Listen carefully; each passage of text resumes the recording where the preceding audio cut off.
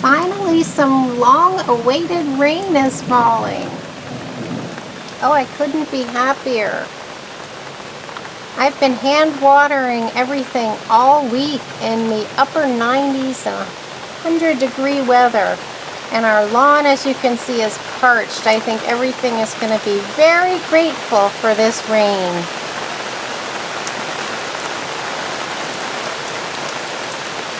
Don't you love the sound of rain, guys?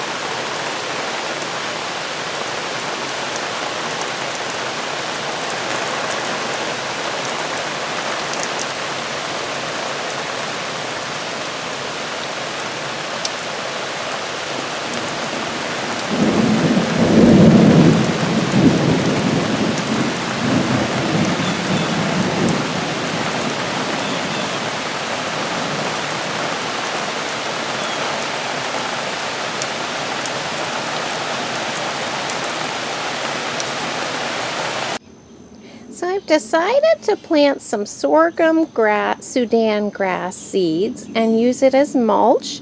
It is an annual grass which grows super tall and super quickly, and I thought it would be really good to use as a mulch source.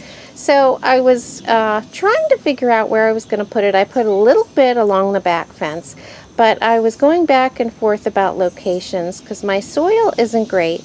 And I thought, well, why don't I just plant it in a tub and then plant out little plugs of it. And these are only about a week and a half old, so they've already grown, you know, about 4 inches in 2 weeks. So I'm excited to see how that works out and works out for my kind of living mulch. Well, more of a chop and drop crop. And I wanted to show you, they're not blooming right now. Their blooms come out when the sun hits them, but I had grown moss rose from seeds, and they were looking quite spindly, much like this one in the center here, this one here. But I went ahead and chopped them in half, and they bushed out incredibly. And this gets quite a bit of sun through most of the day. It's early morning, so they are shaded first thing. But I was really pleased at how it took to the pruning. Okay, so what I did with the sorghum grass, Sudan grass seedlings was to plant them throughout my rustic bed. And I hope that they take and they'll get really tall and they'll provide me with lots of mulching material for the winter. So I just popped in little bits here and there. There's one here. And, you know, it'll be like built-in mulching material. I'm growing my own mulch. At least that's the plan. And let me straighten this out. And then when you do that, you're also adding a lot of organic material to your soil. And the more you have, the more life is in it. And the more moisture it'll hold. So I just have these little patches here and there. We'll keep an eye on it. Like I said, this is a fairly new bed, started last year, and I've been working on the soil.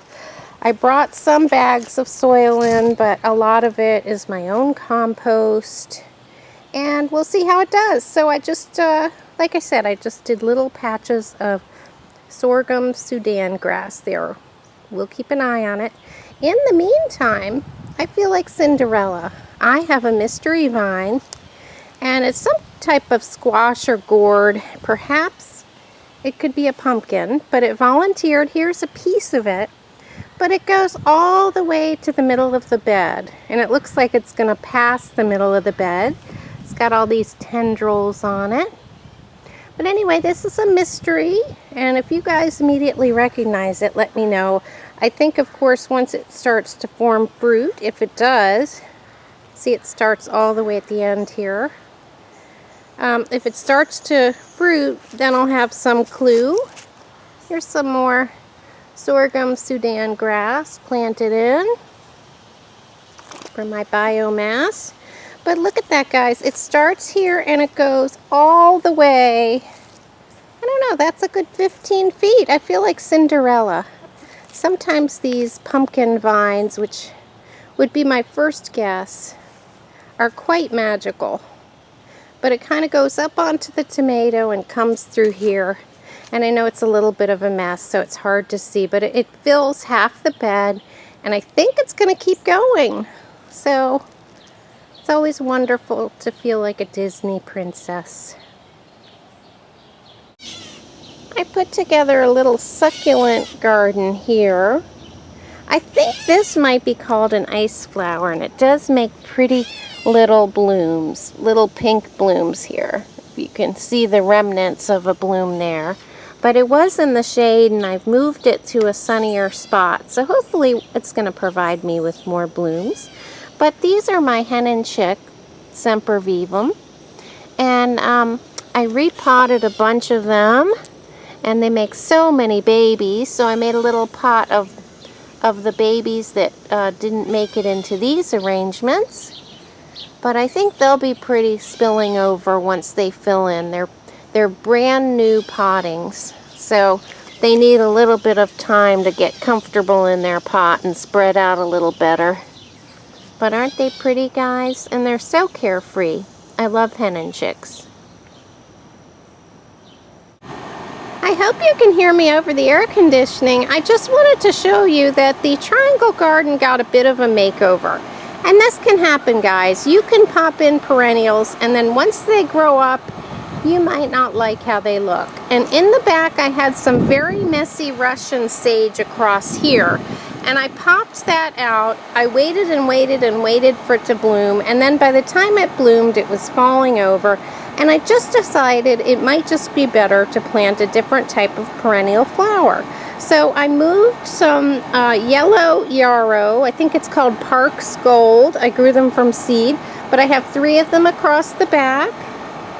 And I cut back my daisies, and I have put in little cuttings of petunias. So we'll see if they take, and if they take, we'll see if the bunnies eat them. Hopefully not. But I have some very small little zinnias starting here, and my basil's doing very well. All of the cuttings took. They're over here. As you can see, they all took after looking quite peaked at first. I wasn't sure they'd make it, but I have 1, 2, 3, 4, 5, 6, 7 new plants that all took. And the key to taking basil cuttings is to have really nice soil and to keep them moist every single day, and they will root in quite easily, even in the heat. It's been quite hot. So that was exciting to see, and that should bush out. I wanted to highlight these. These were grown from seed. And I have 3 of them in this garden. They're lupine, and it was from a package of seeds my son gave me. So next year I'm hoping to see some purple flowers. Here's another one. I have 2 up here and 1 behind that basil back there. Just right there. So guys, I also removed the liatris. It was also falling over. So you know, I had tried pruning things back, but sometimes you just need something different in that spot, and I don't feel bad about taking it out. And, you know, sometimes it's just a nice thing to do to change things up and put in things that you like better. These are all salvia cuttings, so that should provide a beautiful drift of purple on this edge next year. I think they're too young as cuttings to bloom now, but I'm really happy with the way this garden looks. Oh, the other addition I made is back here. There's a little mum, and this little mum was struggling up in next to the polytunnel with some vegetable plants, and it was hanging on from last year. So it's a hardy little plant, but I thought it would do much better over in this nice soil where it will receive more water. So guys, that is my very busy triangle garden, and you know, it has, in another year I think it should be quite nice. So you know, obviously I'm starting with cuttings and young plants, and seedlings that I grew. But let me just show you this. Thistle is from last year. This is, I think, called a globe thistle. And it's blue, so it's tall and scraggly. And once this bloom finishes, the bees have been crazy about it. I'll cut it back, and I'm hoping it'll bush out a little bit. So it's not a gorgeous looking plant, but what a pretty flower it makes.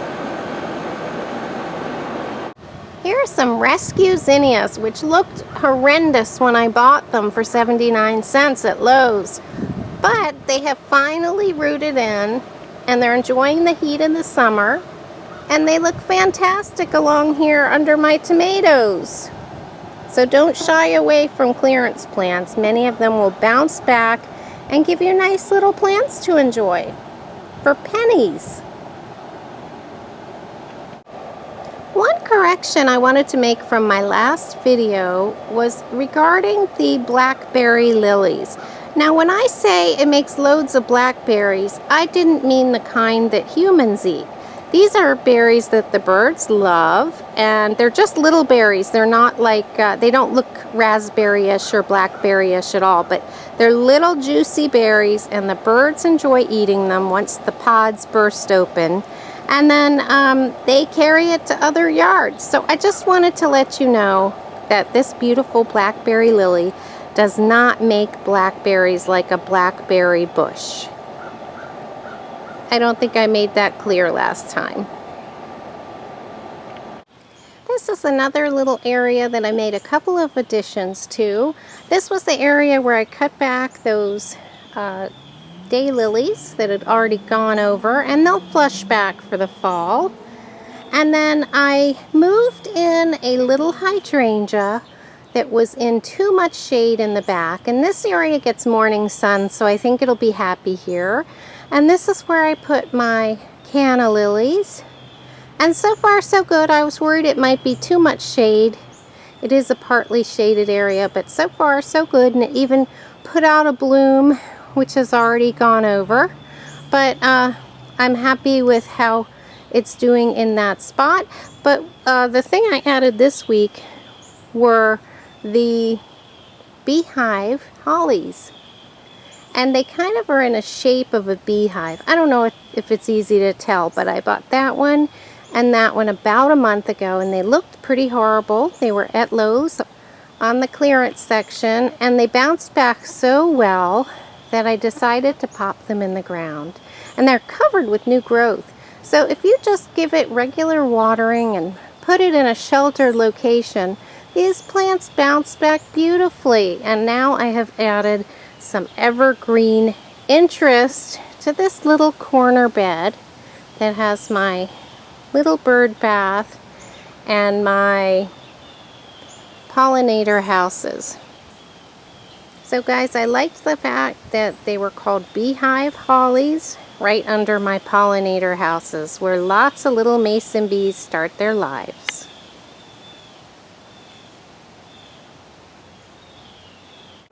I really like the monochromatic look here with the purple, a little bit of white, but it's alyssum and purple petunias, which I've clipped back. And a couple of those cuttings I put in the triangle garden, and hopefully they'll root. But I just love how it's monochromatic, all purples and a little bit of white touches. I think that looks really nice. I'll have to remember that and do that next year as well. And guys, look at how this, I think it's stone crop, some type of sedum, looks really wonderful under this topiary I made in the spring.